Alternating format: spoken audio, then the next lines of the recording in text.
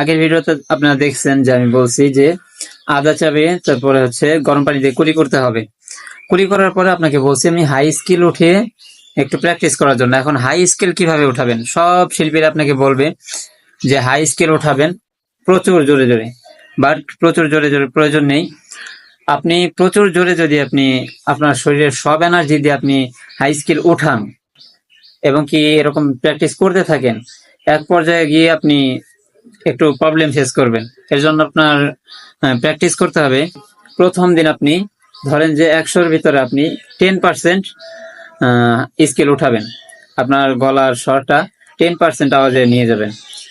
এরপরে 10%-এ কয়েকদিন প্র্যাকটিস করবেন, যখন আপনার 10% আয়ত্তে চলে আসবে এরপরে হচ্ছে আপনি 20%-এ যাবেন। এরকম যখন দেখবেন 20% আপনার আয়ত্তে চলে আসছে, আস্তে আস্তে 30, 40, 50 এরকম 100 পর্যন্ত যাবেন। এক পর্যায়ে দেখা যাবে তাহলে আপনার কি হবে যে আপনি চাইলেই যখন তখন 10, 20, 30 স্কিলগুলি উঠানামা করতে পারবেন, আপনার কোনো প্রবলেম হবে না।